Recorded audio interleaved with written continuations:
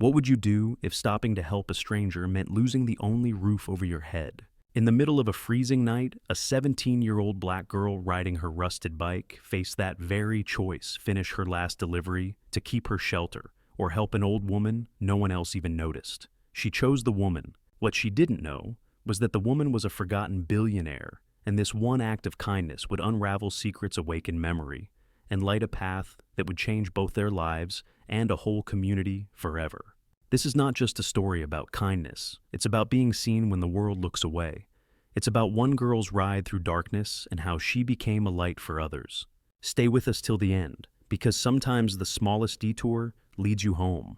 The wind howled through the narrow alleys of the town, like a memory that refused to fade, curling beneath doorways and slipping down collars, carrying with it the last bitter bite of a relentless winter.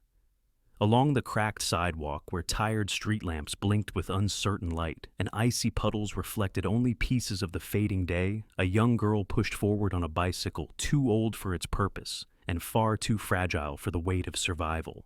Her name was Amara, 17, black and barely stitched together by courage and a mother's memory. The bike had once belonged to that mother, a woman whose laughter had lingered longer than her life, whose hands had once lifted Amara to the stars, even when there was no roof above them. Now the same bike creaked beneath Amara's weight as she pedaled from one delivery to another, cutting across the silence of a town that barely saw her. She wore a coat too thin and shoes too tired, and the delivery bag across her back was frayed at the edges, patched with duct tape and determination. Her breath came out in quiet puffs, each one stolen quickly by the wind. The clock on her cracked phone screen blinked 7:42 p.m. She had 18 minutes left to complete her last delivery, one final trip to earn just enough for the week's rent. One more package delivered, and she'd get to curl up in the corner of a shared room above the laundromat, surrounded by peeling wallpaper and the scent of detergent that never quite washed away the ache of loneliness. But she needed that place. Without it, there was only the street. And the street was not kind, not to girls like her. Her legs ached, her hands stung from the cold, but she pressed on with the kind of quiet urgency that only hunger teaches. Then, just as she rounded the corner of Maple and Fifth, her eyes caught something that didn't fit the rhythm of the world around her. A figure, still, alone. An elderly woman stood near the bus stop, the forgotten kind of stop where paint peeled from the bench and old schedules curled like dead leaves on the notice board. The woman's coat was beige but dulled by years, her hair a silver halo, unbrushed by care, and her small hands clutched a faded leather purse like it held all the scents she still remembered. Amara's eyes flicked to the clock again. 7:43. She could still make it. But then the woman turned her head, slowly scanning the empty street with the kind of vacant fear that doesn't come from panic. It comes from disorientation, from being lost not just in place but in time. No one else looked at her. A man passed with his groceries, too busy to notice. A woman pulled her child away gently without even glancing back. A bus rolled by without stopping. And yet, the woman didn't move. She murmured something. Willow Lane, number 12. The bus. Did it already come? Her voice barely floated through the air like the last notes of a lullaby sung to no one. Amara's grip tightened on the handlebars. She couldn't afford this, couldn't afford to be late. But her mother's voice came unbidden, then soft in her head, like it always did when choices mattered. We don't turn away from people just because no one else stops. And so, with a breath that burned her chest, Amara pulled over. She rested the bike against the bench and approached slowly, gently so as not to startle.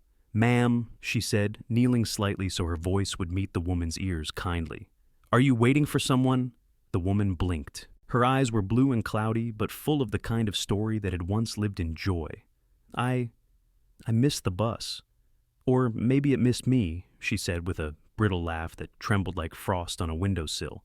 "I was going home, I think." "Willow? Number 12? My grandson. He used to—" "No, that's not right." She looked down at her purse and began to rummage, her hands trembling. Lipstick without a cap, a handkerchief embroidered with roses, coins from who knows how long ago. No phone, no ID. Amara's chest clenched. "Do you remember your name?" she asked softly. The woman tilted her head. "Evelyn," she said eventually. "Evelyn Rose." And then she pulled her coat slightly open, revealing a silver pendant hanging from a delicate chain around her neck. Amara leaned closer, squinting. There on the back of the charm, faint but clear, was an address 48 Oak Hill Drive. Her stomach sank. She knew that area. Way out past the northern edge of town. 2 hours away, mostly uphill. She could make it if she left now. But the delivery, the rent, the room. Amara closed her eyes. For a full 5 seconds, she let the weight of survival press down on her. Then she opened them again and smiled. "It's a bit of a ride," she said, "but I'll take you home." She tied her scarf around the bike seat, offered her own jacket to the old woman, and helped her gently onto the makeshift cushion. Evelyn settled in, hands grasping Amara's waist like a child trusting the dark. "You remind me of someone," she murmured. "He had shoes like yours, always scuffed, always proud." Amara didn't answer. She just nodded and pushed off into the night, pedaling past her own needs, past the ticking clock, past the moment she could have chosen not to care. And as the wind sliced across her cheeks and the cold gnawed at her bones, she focused on the rhythm of the tires over gravel and the voice behind her humming a forgotten song. Because something inside her, something shaped by loss and stubborn hope, told her that some detours are worth the ride. The road stretched ahead like a promise made by someone who had already left, winding through the hushed outskirts of town, where the trees stood bare and the sky pressed low like a secret. Amara pedaled in silence, each rotation of the wheels pulling her farther from what she needed and deeper into something she didn't yet understand. Evelyn sat behind her, light but fragile, her thin arms wrapped around Amara's waist, her breath soft and warm against the back of the girl's neck, like echoes of someone else's grandmother. The town lights disappeared one by one as they rode deeper into the edges, past shuttered stores and homes with sleepy windows, past streets whose names Evelyn no longer recognized. Occasionally, Evelyn spoke, sometimes to Amara, sometimes to the wind. "Did I ever tell you about the dog I had as a girl?" she whispered once, startling Amara. "He used to follow me everywhere, even places I didn't mean to go. And later, my husband, what was his name again? He used to hum when he cooked, always off key." Her memories drifted like snowflakes, unique, beautiful, and impossible to hold for more than a moment. Amara answered each one with care, never correcting her, never rushing. She listened, because it felt like the only thing that still mattered. They passed a frozen pond where two boys tossed rocks just to hear them skip. Past an old bridge lit only by moonlight, its rusted frame groaning with every gust. Past a gas station with flickering neon signs that painted the icy road in blinks of red and green. Amara stopped there for a moment, her legs trembling from fatigue. Inside, the warmth hit her like a wave. She used her last dollar to buy a small cup of tea, watching the steam dance above the paper rim. When she handed it to Evelyn, the older woman frowned and shook her head. "You need it more," she said gently, pushing it back. Her voice had the kind of sternness only grandmothers could make sound like love.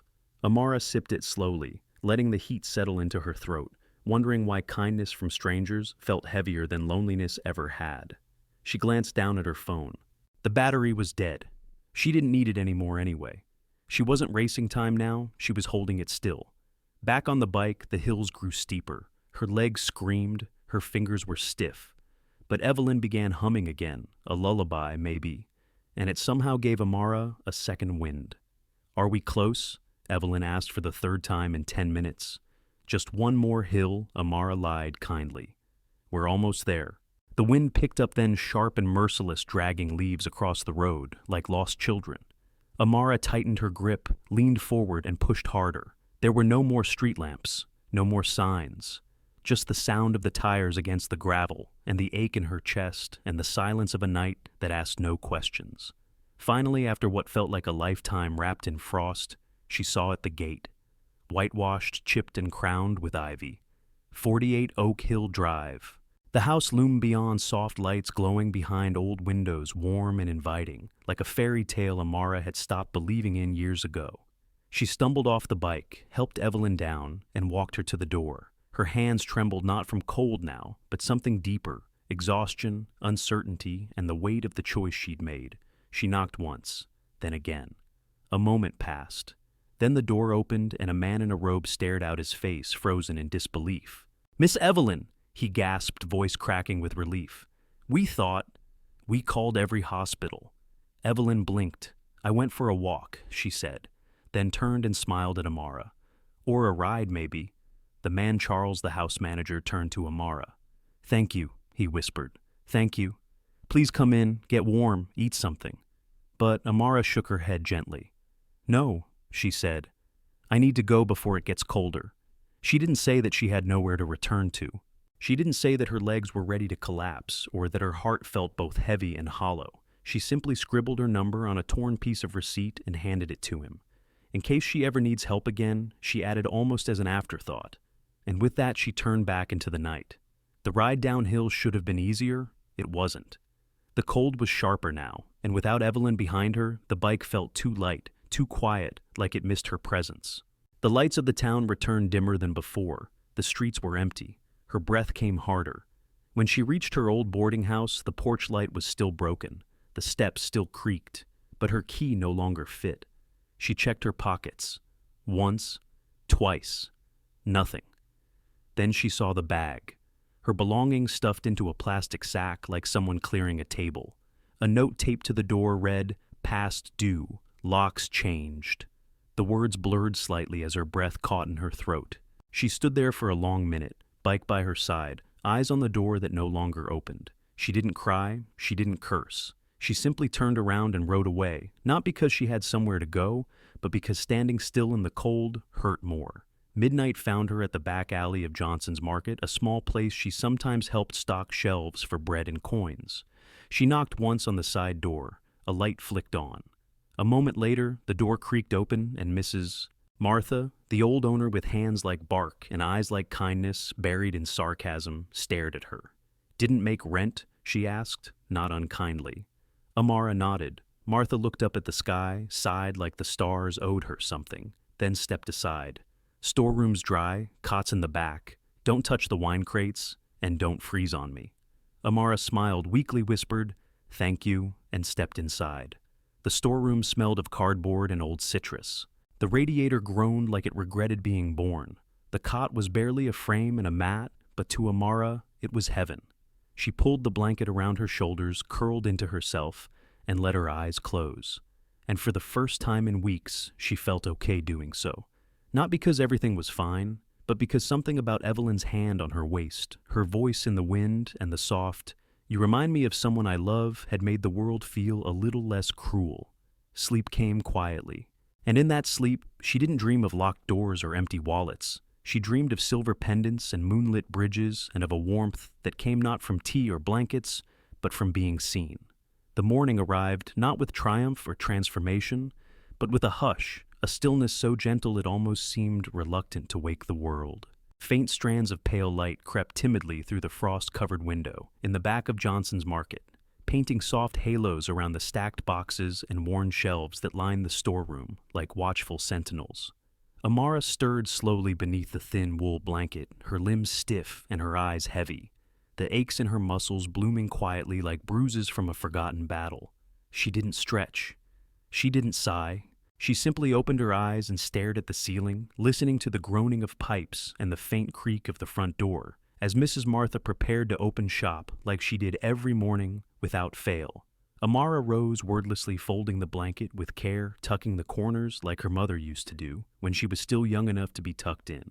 She patted across the linoleum floor in her worn socks, rubbing her hands together, not just for warmth, but for movement to remind herself that her body still listened, even when the world didn't. Mrs. Martha stood behind the counter, arms folded, already chewing on her first sip of black coffee like it had personally offended her. She didn't say anything when she saw Amara. She just slid a bruised banana and a chipped ceramic mug of lukewarm coffee across the counter.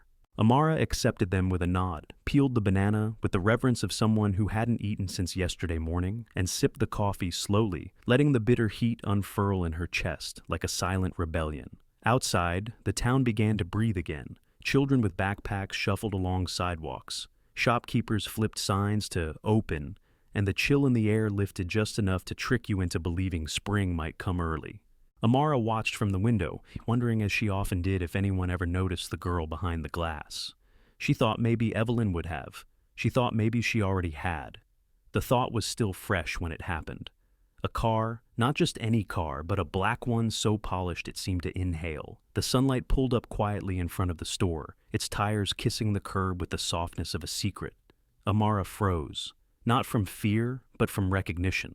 The way you freeze when a dream you didn't allow yourself to have suddenly arrives in daylight. The driver's door opened. A woman stepped out, tall, poised, dressed in a long gray coat that swung like quiet authority. Her posture was crisp, her heels clicking against the pavement with precision. She glanced once at a slip of paper in her hand, then looked directly into the store, directly at Amara. The bell above the door chimed as she entered, and for a moment the entire store seemed to shrink, the air tightening around the quietness between them.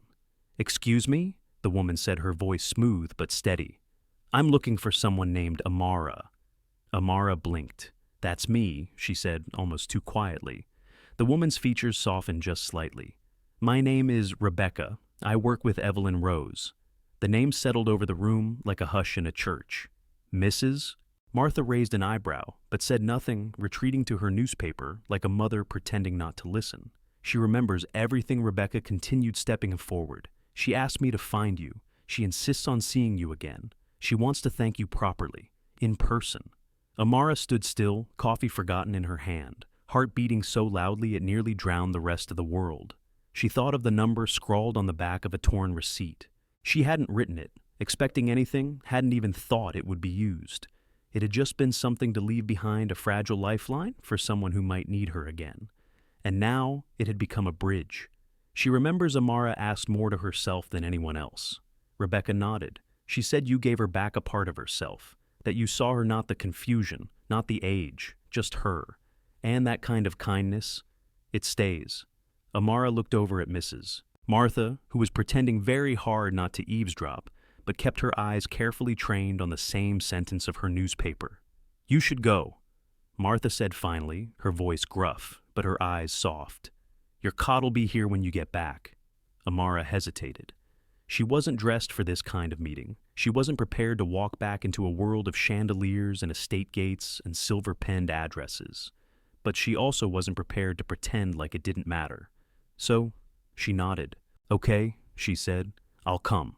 Rebecca opened the door for her, and Amara stepped out into the morning, her breath mingling with the frost like threads of something new being stitched across the sky. The car was warm, but not oppressively so. It smelled faintly of pine and old paper, comforting in a way that made Amara's shoulders lower without her noticing.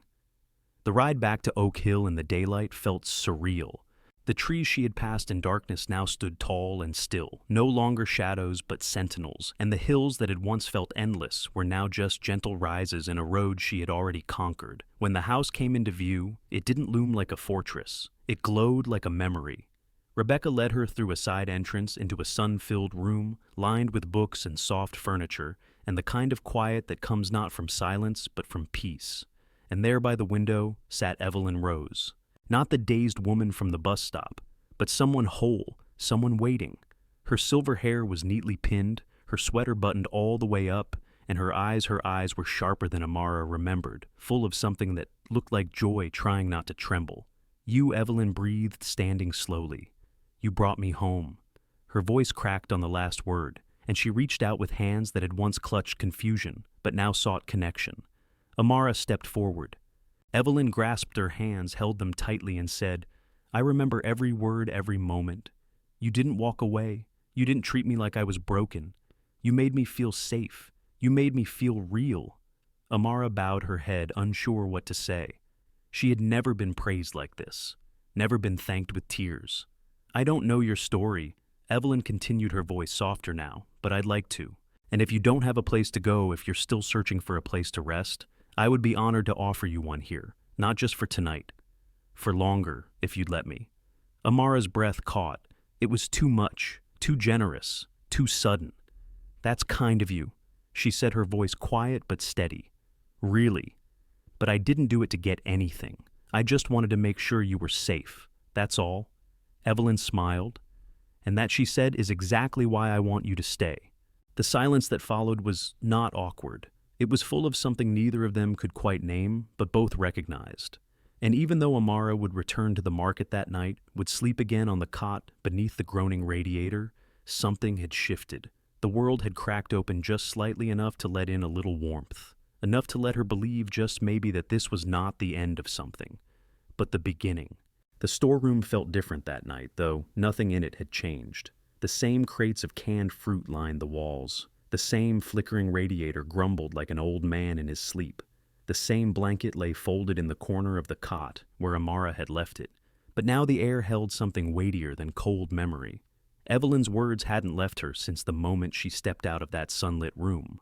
They trailed her like the scent of lavender on a grandmother's pillow, soft, steady, lingering. "I would be honored to offer you a place," Evelyn had said, and those words so gently given echoed in Amara's chest louder than any scream. But Amara hadn't said yes. She couldn't. Not right away. There were too many parts of her that didn't know how to receive something without suspicion. Too many days spent surviving on scraps and silence, too many nights believing that kindness always came with a price. So she had returned to the market not because it was comfortable, but because it was familiar, safe, known. And yet, the cot beneath her felt narrower, somehow the blanket thinner, the corners of the room sharper. She turned over again and again, unable to find rest. Evelyn's face behind her eyelids like a lantern in fog. Morning arrived with a sky washed in gray, as if the world itself wasn't ready to wake. Amara rose early the way she always did, sweeping the floor with silent efficiency, stacking boxes in neat rows, her body working on habit even as her mind wandered. "Mrs.?" Martha made no comment, though. Her eyes tracked Amara more than usual, lingering just a second longer than normal, as if trying to decide whether to speak or let the silence say what needed saying. Then the doorbell jingled, not the impatient clatter of a regular customer or the heavy-handed ring of a delivery man, but a soft, deliberate chime. Amara glanced up, and there she was, Evelyn, standing in the doorway not with an entourage or a polished driver, but alone, wrapped in a simple wool shawl, a small leather handbag tucked into her arm, and a smile that reached her eyes before it touched her lips.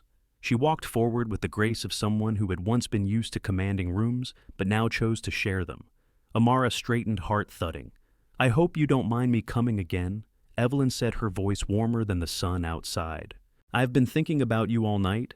I suppose that sounds strange, but I mean it kindly." Amara nodded, not trusting her voice.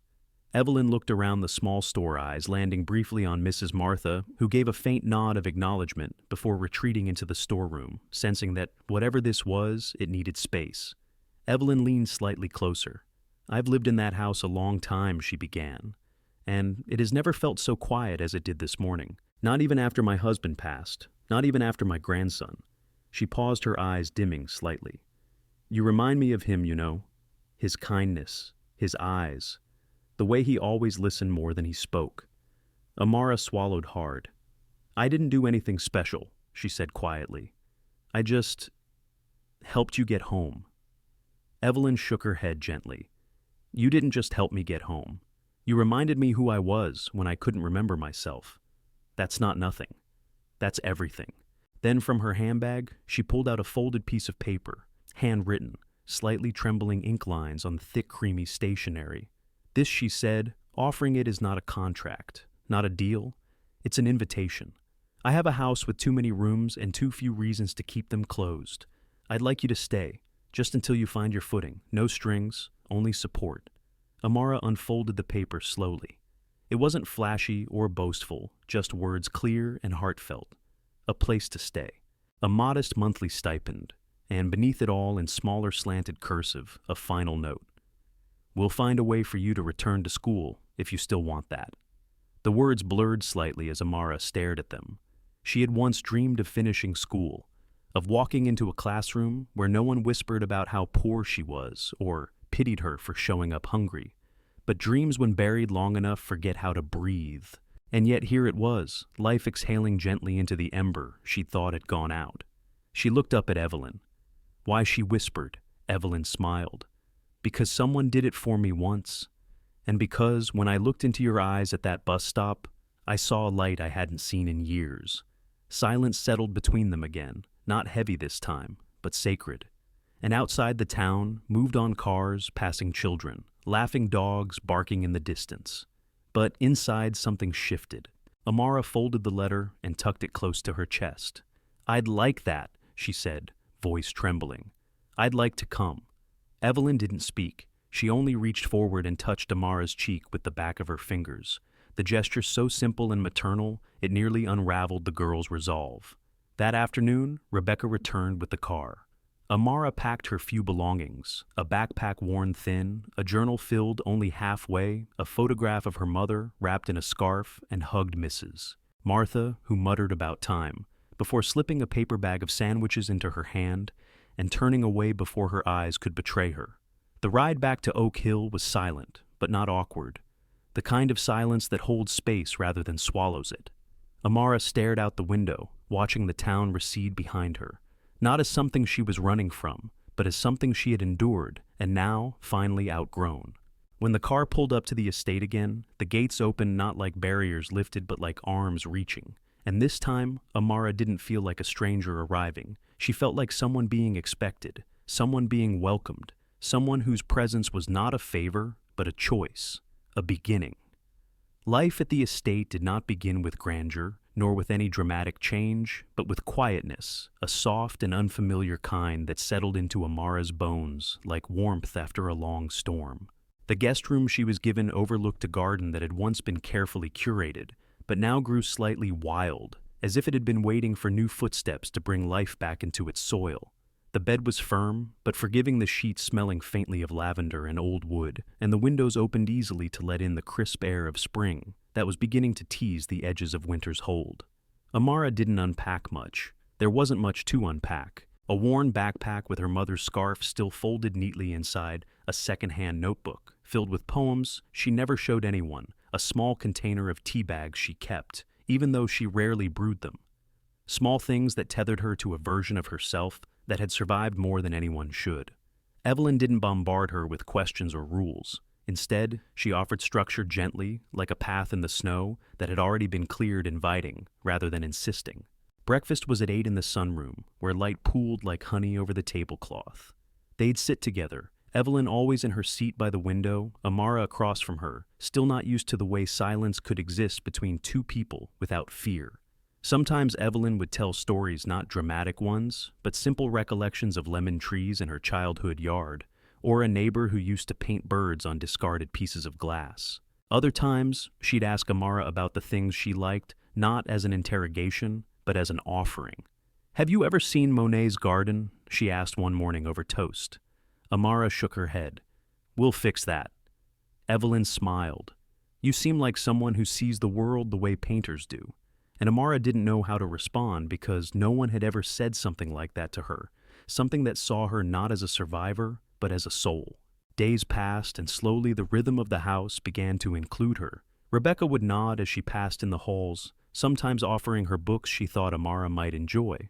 The gardener, Mr. Nolan, gray-bearded, sun-wrinkled, and fond of whistling, when he worked, began letting her help prune the wild roses that curled along the fence. At first, Amara approached every task, like a test sweeping the kitchen, folding laundry, watering plants, half expecting someone to pull the curtain back and reveal it had all been temporary. But no one did. No one watched with suspicion. No one reminded her of where she came from, or how little she brought. Evelyn especially treated her not as a guest, and certainly not as charity, but as a partner. One afternoon, seated together in the greenhouse, Evelyn spoke quietly as the rain whispered against the glass. "I've been wanting to start something," she said, "a foundation perhaps. I never did before because I didn't know what it should be. But now—" She looked at Amara, her eyes thoughtful. "I think I'd like to build something in honor of that night, the night you didn't look away." Amara blinked. "What kind of something?" "Something that makes it easier for young people to be seen, and for older people to not be forgotten." She paused, then added, "I want you to help me build it." Amara's throat tightened. "But I don't. I'm not trained in any of that." Evelyn reached across the small table and touched her hand gently. "Neither was I when I began anything worthwhile." That night, Amara sat at her desk in the guest room, her room now, and wrote for the first time in weeks. Not poetry, but plans, dreams, names. She scribbled ideas onto napkins, post-its, the margins of the newspaper. She didn't sleep much, but when she did, she dreamed not of fear or absence, but of a light shining over a bus stop, of tea shared in silence, of petals turning through the night. Weeks passed. The foundation began to take shape. Evelyn named it the Willow Light Fund, after the word she couldn't quite remember that night and the street that led her home. They decided it would support youth who were aging out of foster care, elderly people with no family, and programs that taught empathy through action. "We'll make sure no one gets left standing in the cold," Evelyn said simply. Amara helped interview the first program coordinator, sitting nervously in a blazer Evelyn had loaned her. She helped draft brochures, design the logo, even organize a town hall meeting. Sometimes she still slept with the scarf her mother left behind pulled over her shoulders, but not because she was cold, because she was healing. And as the days bloomed into warmth, as the garden behind the estate began to sprout tiny green beginnings, Amara found herself walking without looking down, smiling without checking if she was allowed. One evening, she rode her old bicycle back into town, not because she had to, but because she wanted to. She stopped near the old bus stop where it had all begun. The bench had been repainted, the schedule replaced. A small plaque now stood nearby, engraved with simple words, "Kindness begins when we decide to see." Amara read it once, then twice, then leaned her bike against the railing and sat on the bench just to feel the memory settle into her bones. She closed her eyes, listened to the wind, and thought of how a single act, one ride, one cup of tea, one gentle hand on the shoulder, could turn the world a little softer. Behind her, someone asked for the time. She looked up and smiled, reaching for her phone.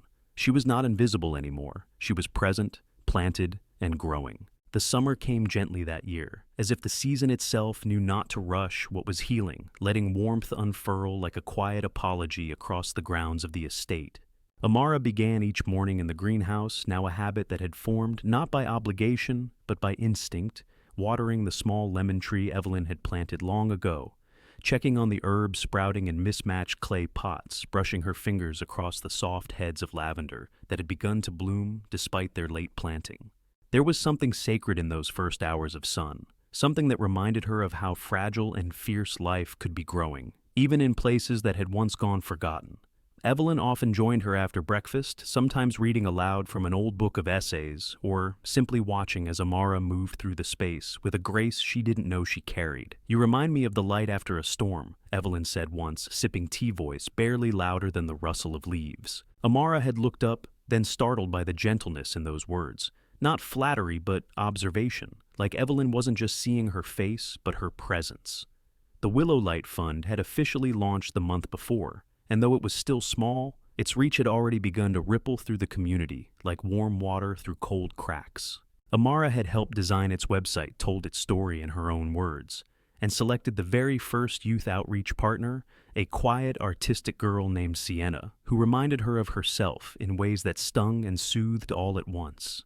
They worked side by side, developing weekend programs for teens who had no place to be, and elders who had too much silence, creating art workshops, storytelling circles, and even a communal garden behind the local library. Amara took the lead in these sessions, though she never claimed to be leading. Instead, she facilitated, her voice calm but steady, her eyes always scanning the room for who felt left behind.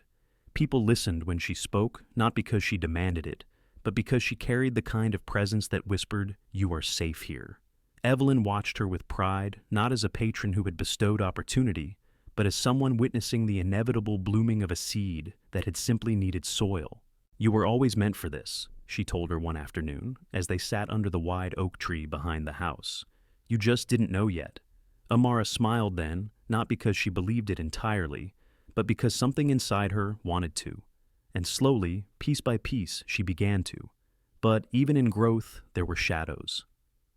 One evening after a particularly long community session, Amara returned to the estate and found herself lingering at the mirror in her room. Her reflection looked back at her older, maybe, or just more aware. The girl who had once curled on a storeroom cot now wore clothes that fit, stood taller without knowing when she'd begun doing so, and had eyes that held memory, not just of pain, but of perseverance. But still doubt crept in. Quiet, insidious. "What if I don't belong here?" she whispered to the empty room. "What if all this disappears?" The silence answered in its way, not with assurance but with invitation. She stepped outside barefoot into the garden, where the night air was thick with the scent of jasmine and the hum of hidden crickets. The moon was nearly full, silvering the world in soft light. She sat on the stone path, knees pulled to her chest, letting the questions settle into her skin like dew. That's where Evelyn found her, not with concern, but with companionship. She didn't ask what was wrong. She didn't offer cliches or comforts. Instead, she sat beside her, folded her hands in her lap, and whispered, "You know I've had that feeling too." Amara turned to her, surprised. "Even you," Evelyn nodded, "especially me. When my husband died, when my grandson stopped calling, when I began forgetting where I was.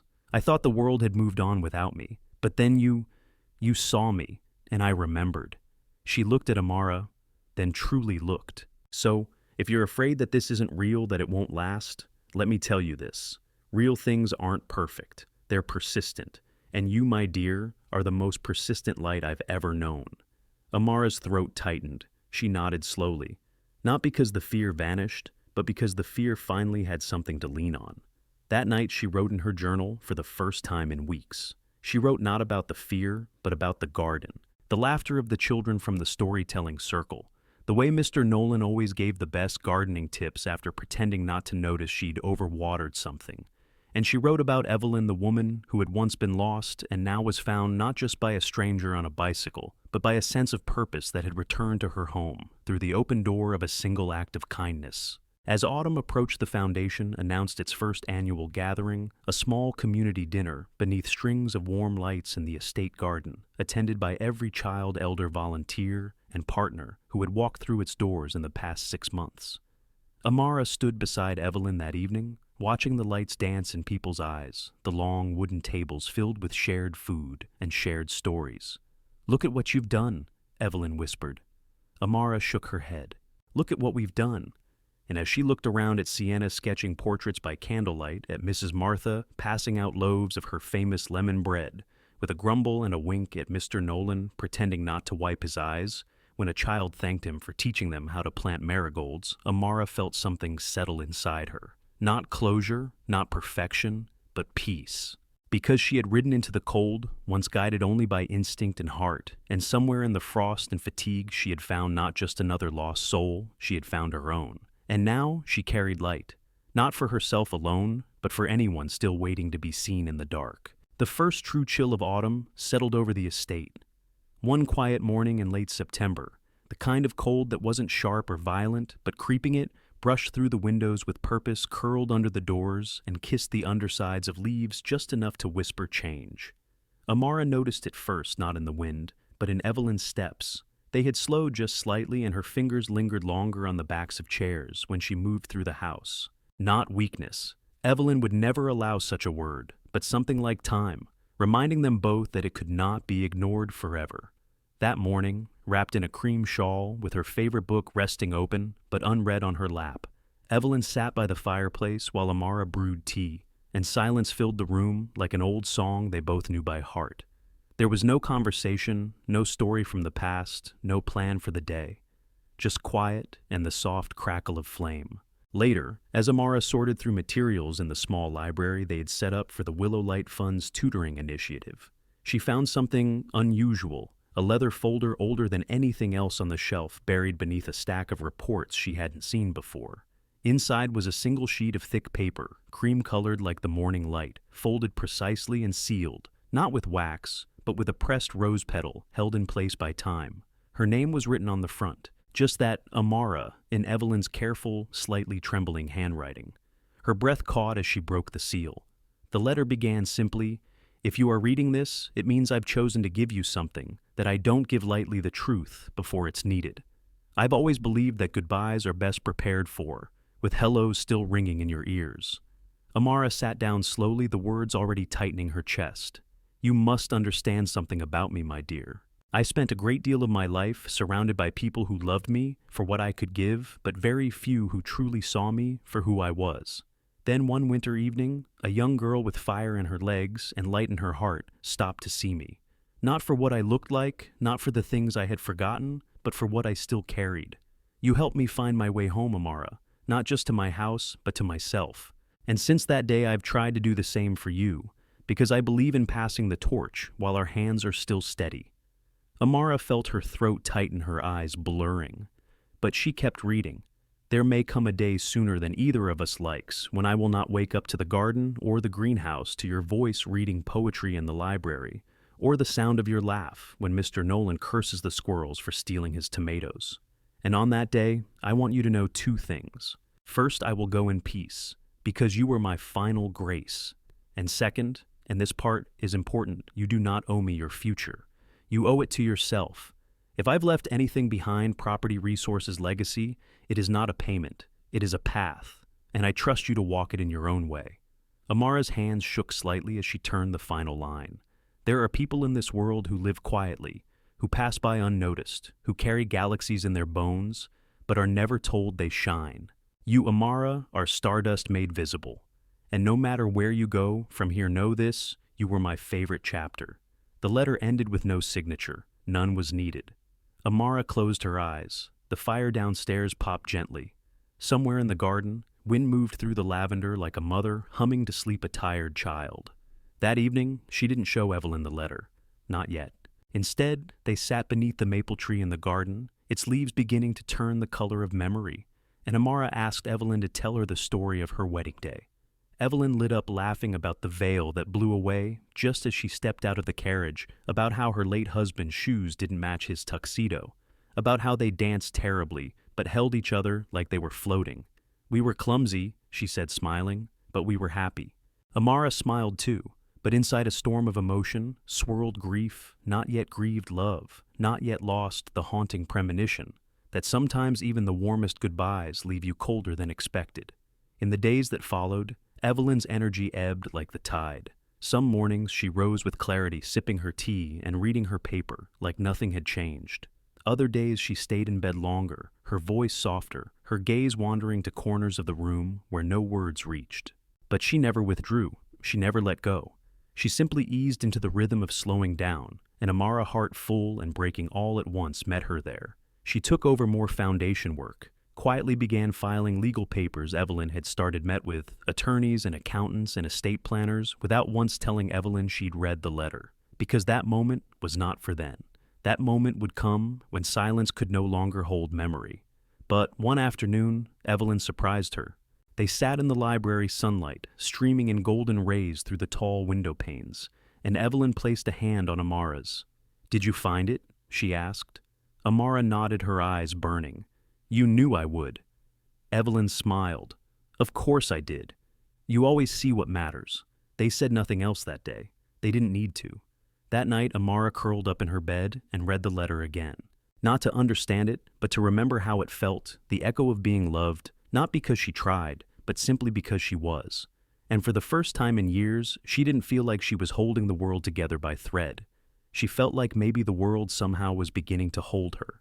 It was the kind of morning that felt suspended in time. No bird song, no rustling leaves, not even the distant hum of passing cars, as if the world itself had paused to listen for something only it could hear. The sky outside the estate was pale and still cloaked in a soft fog that curled like cotton around the hedges and hung heavy over the old oak trees. Amara woke before the sun rose, not because of a noise or a dream, but because something in her chest had shifted not sharply but deeply, like a string inside her heart had been gently plucked by invisible fingers. She sat up in bed slowly, the silence pressing against her ears, and wrapped herself in the worn sweater Evelyn had given her the first week she moved, in the one with the tiny pearl buttons, one missing at the cuff. The hallway was dim, the sconces still dark, and every footstep she took seemed to echo longer than it should have. When she reached Evelyn's door, it was already slightly ajar. She hesitated. Not because she feared what lay beyond, but because some part of her knew that crossing that threshold would be stepping into a version of the day that would not let her turn back. The room smelled of lavender oil and morning paper. The windows cracked just enough to let in the chill that Evelyn insisted was good for breathing. The blankets were pulled neatly to the side, and Evelyn lay there with her hands folded lightly over her chest. Her mouth just slightly parted, her face so still and peaceful that for a moment Amara thought she might simply be dreaming again. But then she saw it, the absolute stillness. Not the kind that sleep brings, but the kind that does not return. The kind that marks the moment the soul chooses to go quietly with grace, like a guest slipping away from a party they have stayed just long enough to bless. Amara didn't cry. Not then. She walked forward, knelt beside the bed, and laid her head gently against Evelyn's side where the heartbeat used to be. "Thank you," she whispered. That was all. The rest would come later. Rebecca arrived first, having sensed something in the air before Amara even called. She entered the room, took one look, and simply sat beside Amara without asking any questions. Charles came next, slower, more fragile in his movements. He stood by the window, cleared his throat once, and then turned away so no one would see the wetness on his cheeks. The doctor came and left. The legal executor arrived, offering quiet condolences and folders filled with instructions Evelyn had left behind with characteristic precision. The estate did not feel empty. It felt full, unbearably full, with memory, with laughter, with unfinished conversations, and the scent of tea leaves Evelyn had always kept in the second drawer. The sun broke through the fog at noon, pouring over the garden in a golden wash so gentle it seemed like a benediction. Amara stood at the greenhouse door, staring out at the rows of lavender Evelyn had once said smelled like forgiveness. She held the letter again, not to read it, but to ground herself, to remind herself that this moment had been written into her story long before she knew it. That afternoon, the Willowlight Fund team gathered in the main hall. Sienna brought candles. Mr. Nolan, red-eyed but steady, offered to say a few words, but couldn't finish. Mrs. Martha came with bread, "Because we need something warm, damn it," and handed Amara a slice without meeting her eyes. Amara stood before them all, not trembling, not unsure, and spoke. Not about loss, but about legacy. About a woman who had been lost and found, and who in her final season gave not just wealth, but witness. "She didn't save me," Amara said. "She saw me. And she taught me how to see myself." That night, Amara didn't sleep. She wandered the estate barefoot, touching doorknobs Evelyn had turned, pausing at the painting in the hallway. Evelyn always tilted just slightly to the left. In the library, she found an old journal tucked between the shelves. Evelyn's filled with notes about the foundation, pressed flowers, scribbled recipes, and one final entry. "She'll be okay. I know it." The tears came then, soft and unstoppable, and Amara curled into the corner of the couch, letting them fall without apology. By dawn, she had made a decision. Evelyn had once told her that real things were not perfect, they were persistent. So she would persist. She would continue the work, not as a duty, but as a devotion. The foundation would grow, the greenhouse would thrive, the story would not end here. Days later, the funeral was held in the garden, just as Evelyn requested. No grand speeches, no formal attire, just people who had been touched by her light, standing in a circle beneath the tree where she had so often sat. Amara spoke last. She told me once that family is not who we're born to, but who we choose to walk home with in the dark. Evelyn chose me, and I will walk the rest of my days knowing that love, the kind that sees without needing, that gives without taking, is the only thing we leave behind. She placed a single rose, the same variety Evelyn used to tuck behind her ear, on the casket, and as the wind finally stirred through the trees, as if exhaling after holding its breath for days, Amara closed her eyes and whispered goodbye, not as an end, but as a beginning. In the days that followed the funeral, the estate seemed to breathe differently, not emptier but slower, like it was in mourning, in its own way, every floorboard creaking a bit more thoughtfully, every curtain holding the light a little longer before letting it spill into the rooms. Amara moved through it like someone returning to an old song she hadn't heard in years. Each hallway, a stanza, each doorframe, a note, and though Evelyn was no longer in any of the rooms, her presence lingered everywhere. In the scent of orange blossom from the kitchen soap she always insisted on keeping, in the small pile of half-read books on the side table in the sunroom, in the way the light caught the rim of the teacup still left clean and untouched in the cupboard, the one with the chipped blue edge and the faint gold handle. Amara spent her mornings in the greenhouse again, this time alone, but never lonely. The lemon tree had begun to fruit, stubbornly bearing its first yield, despite the coming cold, and Amara watered it with reverence, whispering to it, like Evelyn once did, as if secrets and encouragement grew best when shared with leaves. The foundation work had doubled, then tripled, and yet Amara never felt overwhelmed. Instead, she felt inhabited by purpose, not urgency, but clarity. She took meetings in the library where Evelyn had first read her that mission statement, now etched into the wood of the mantel in gold lettering, "Kindness begins when we decide to see."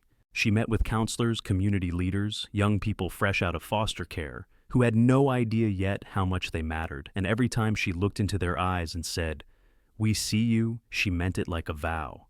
One morning, as Amara reviewed the annual outreach reports, she received a letter. Handwritten, no return address. The envelope was heavy, its texture familiar. She opened it and recognized the handwriting immediately Evelyn's. A second letter perhaps left with intention, or found by someone who knew where it was meant to go. The note inside was brief. For the day you stop feeling like a visitor. Beneath it was a deed, signed, sealed. The estate, every inch of it left to her. Not with fanfare, not with ceremony. Just a quiet passing of home to the one who made it feel like one again. Amara sat with it for a long time, not weeping, not smiling, just breathing. Because in that moment, she realized that Evelyn hadn't just believed in her, she had entrusted her.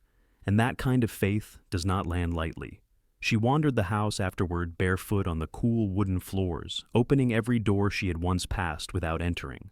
There was a sewing room she had never noticed before, a back pantry filled with labeled jars from decades past, a narrow staircase that led to a turret room with windows on every wall and a single worn armchair in the center.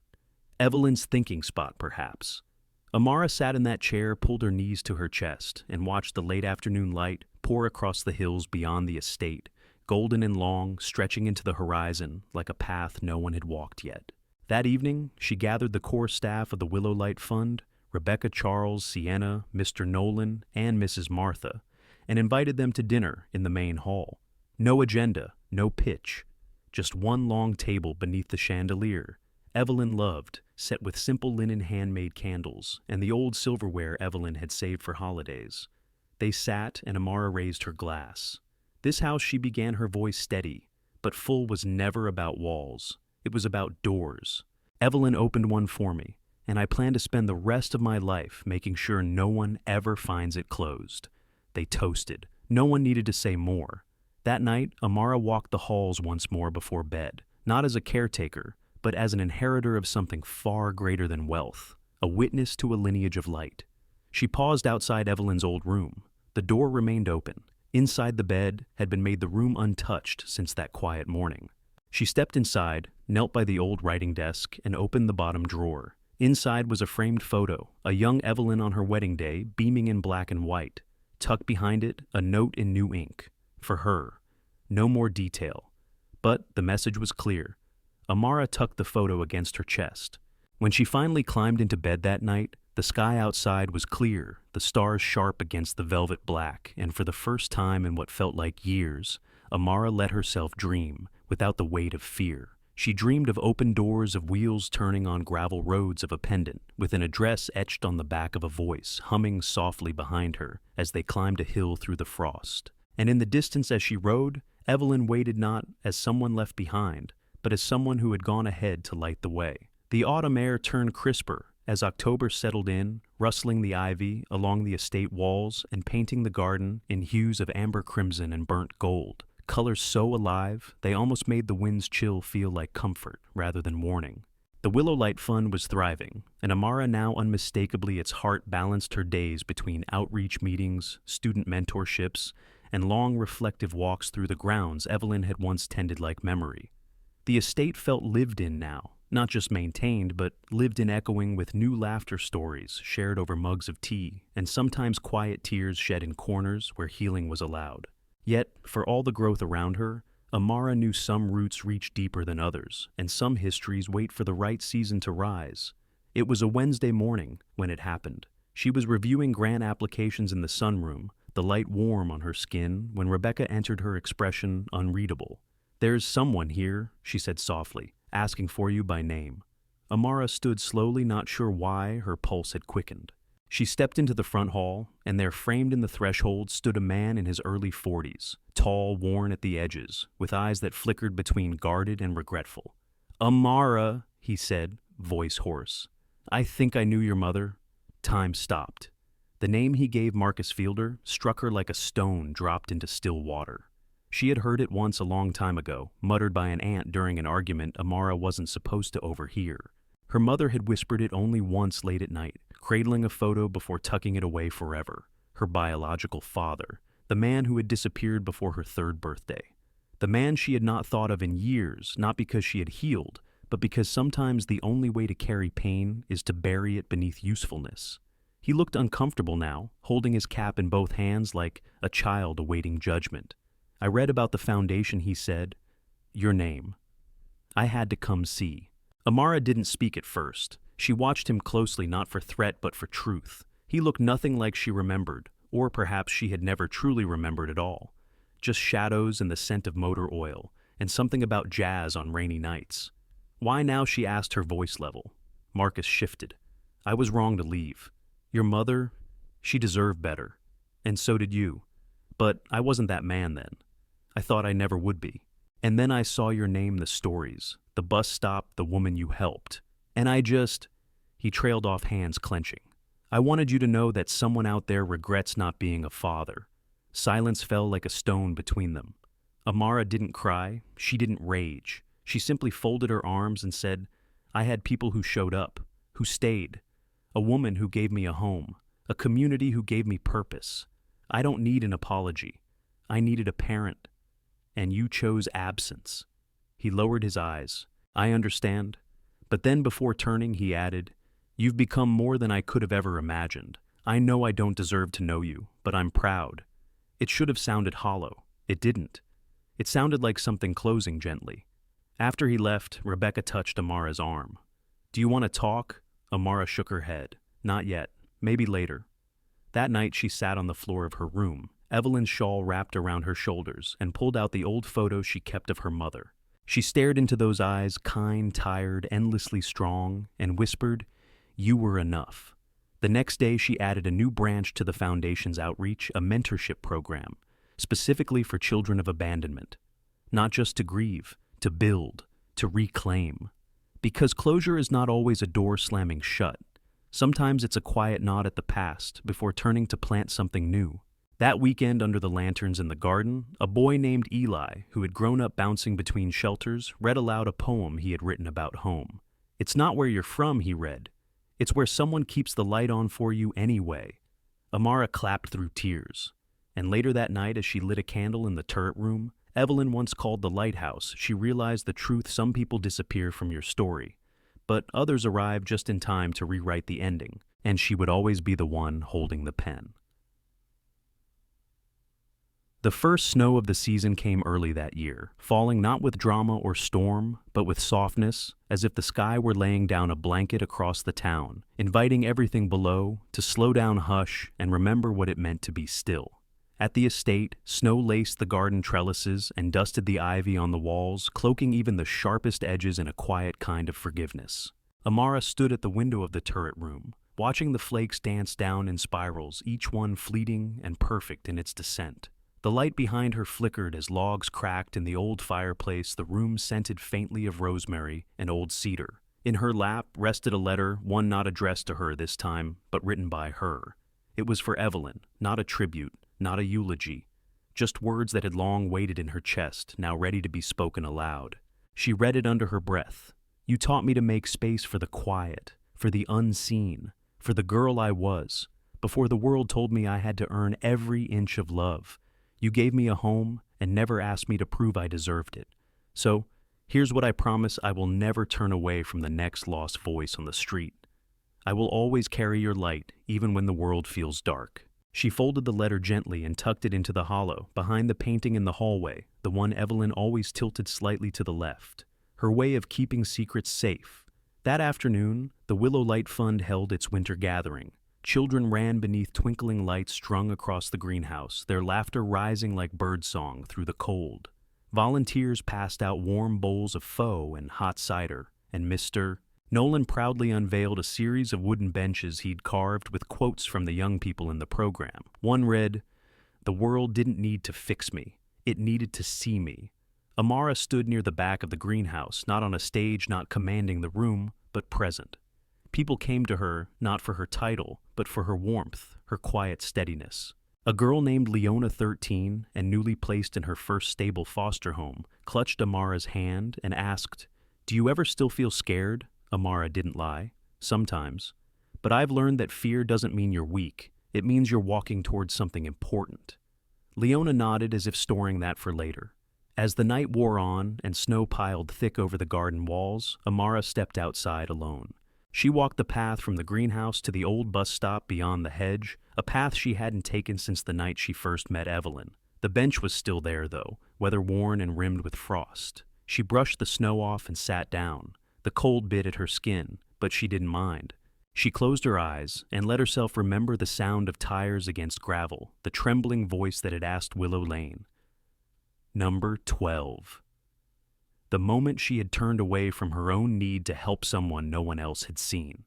That night, she had lost a room, but found a world. And now, years later, the girl on the bike had become the woman building bridges. She stayed there a while, wrapped in silence until the snow began falling harder, and the wind reminded her she was still flesh and breath and deserving of warmth. As she stood to leave, she noticed something. A boy, maybe 10, maybe younger, across the street shivering beneath a broken bus shelter, thin hoodie soaked through. She crossed without thinking. "Hey," she said gently. "Are you okay?" He didn't answer right away. His lips were blue, his hands red. "Waiting for my brother," he mumbled. "He said he'd come. But he's late, and it's cold." She didn't hesitate. She shrugged off her coat and wrapped it around him. "Let's wait together," she said. "We'll call someone. But you don't have to be alone." He looked up at her, then eyes wide. "Why are you being nice?" She smiled. "Because once someone was nice to me when I needed it most. And I promised I'd do the same." She called the shelter, made sure he was warm, waited with him until a caseworker arrived and watched as he drove away, still wearing her coat, still turning to wave through the frosty glass. She didn't cry. She just smiled. Because sometimes grace doesn't come in grand gestures. Sometimes it begins again in a snow-covered silence, in a borrowed coat, in a small choice to stop when everyone else walks by. And as Amara walked back toward the glowing lights of the greenhouse, her boots crunching softly in the snow, she whispered Evelyn's name into the wind, not as a goodbye, but as a reminder that the light she left behind was not flickering. It was being carried forward. Spring arrived, not with fanfare, but with a kind of quiet insistence, green tendrils creeping up through the soil, birds returning in cautious bursts of song, the wind warming just enough to tempt open windows again. At the estate, the garden bloomed like a promise, kept with rows of tulips that Evelyn once planted, bursting open beside new beds of marigolds that Amara had sown herself. The house, once a monument to solitude, now buzzed with life. Children darted through the halls after afternoon workshops. Volunteers shared tea in the sunroom after long planning meetings, and laughter filled the air in the way Evelyn had once dreamed, but never spoken aloud. Amara had grown not taller or older, but deeper, the kind of growth that roots itself in pain and love alike, stretching outward in quiet, steady strength. She had become, without even realizing it, the soul of a legacy. The Willow Light Fund had expanded beyond the town, now its reach flowing into neighboring cities, quietly building havens of compassion where the world had left cracks. New initiatives were born: a mobile mentorship bus that visited underserved neighborhoods, a helpline for elderly people living alone, and a scholarship named, not for a donor, but for a value, the Evelyn Rose, Fellowship for Relentless Kindness. Amara never took credit. She signed every letter beneath a simple phrase for those still waiting at the bus stop. One early afternoon, as cherry blossoms scattered like confetti over the garden paths, Amara returned to the greenhouse where everything always felt clearer. She stood before the lemon tree, now full and lush, its fruit golden and heavy with memory. She pressed her hand to its trunk and whispered, "We made it not as a victory cry, but as an intimate thank you to the tree, to the soil, to Evelyn, to herself." That evening, as the sun dipped low behind the hills and stained the windows gold, she called a gathering, not a formal event, but a family circle. Everyone who had ever been a part of the journey was invited: Charles, now semi-retired, and running a woodworking class for youth; Rebecca, still as composed and loyal as the day she arrived; Mrs. Martha, who pretended to grumble even as she baked extra pies for the new kids every week; Sienna, now a foundation manager, mentoring other girls like her; and even little Leona, older now, confident and bold, who called Amara my lighthouse in front of a whole room once and never took it back. They sat in the garden beneath a canopy of lights and stars and shared stories. Not all were easy. Some were jagged-edged memories from people still healing, but every single one ended with light, with the moment someone stopped, someone listened, someone saw. When it was Amara's turn, she stood not as a leader, not even as a founder, just as a girl who had once made a choice in the cold. "I wasn't trying to be brave," she said quietly. I was just trying not to let someone disappear." She looked around, her eyes shining. "And now, none of us have to disappear again." The applause that followed was soft, not thunderous, the kind that comes from full hearts, not full rooms. Later that night, after everyone had gone home and the lights in the garden had dimmed to a soft glow, Amara walked alone to the edge of the property, to the quiet bus stop where a different life had begun. The bench was new now, sturdy and freshly painted. A plaque on the side read, "To those who stop and to those who wait, both are worth remembering." She sat there as the wind moved gently through her hair, remembering the cold bite of that long-ago night, the weight of Evelyn's frail arms around her waist, the sound of tires crunching frost and hope blooming where logic said it shouldn't. And then, almost as if the universe had been waiting, a woman walked by with a small child, and the little girl stopped staring at Amara. "Are you the one from the story?" she asked in a voice like curiosity, wrapped in wonder. Amara smiled. "Maybe," she said, "but stories don't belong to one person. They belong to everyone who's ever stopped to help." The girl beamed as if that answer made perfect sense. As they walked away, Amara turned her gaze upward, the stars clear above her, like sequins sewn into the night. She thought of her mother, of Evelyn, of all the versions of herself she had outgrown, and all the ones still waiting inside her. And in that quiet, eternal stretch of sky, she felt it again, not absence, but presence. Not ending, but continuation. Because the light Evelyn had once carried through her long, wandering life now lived in Amara. And Amara, in turn, had passed it on. Not through speeches or signatures, but through stops, through seeing through a willingness to choose grace even when it cost her everything. Sometimes the world changes because of policies, but most of the time, it changes because a tired girl on a rusted bicycle decided that an old woman at a bus stop was not invisible. And that decision, small as it seemed, lit a match that set kindness loose in the dark.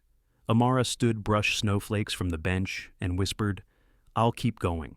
Then, with the stars above and her past behind, she walked home to the house that remembered to the legacy still growing to the light she now carried not just for herself, but for all those still waiting to be seen.